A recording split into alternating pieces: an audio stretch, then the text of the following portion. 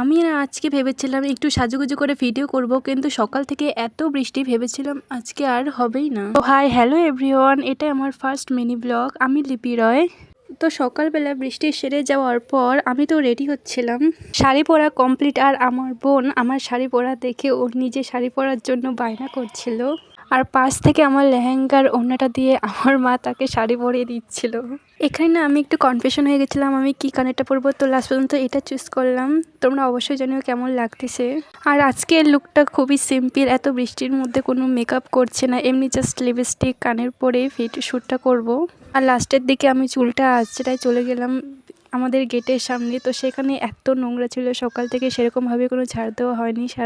সারাদিন তো বৃষ্টিই পড়তেছিল। আর এখানে আমার বেশ কয়েকটা ভিডিও করে দিচ্ছিল মা। আর আমার ভিডিও শ্যুটের সময় তো আমার বোন এত ডিস্টার্ব করতেছিল আমাকে, আমার পেছন পেছন চলে যাচ্ছিল, বারবার এতবার ডাকছিল সামনে থেকে, তাও ফিরে আসতেছিল না। তো আজকের ভিডিও এতটুকুই। তোমাদের কেমন লাগলো আমার ব্লগ অবশ্যই জানিও।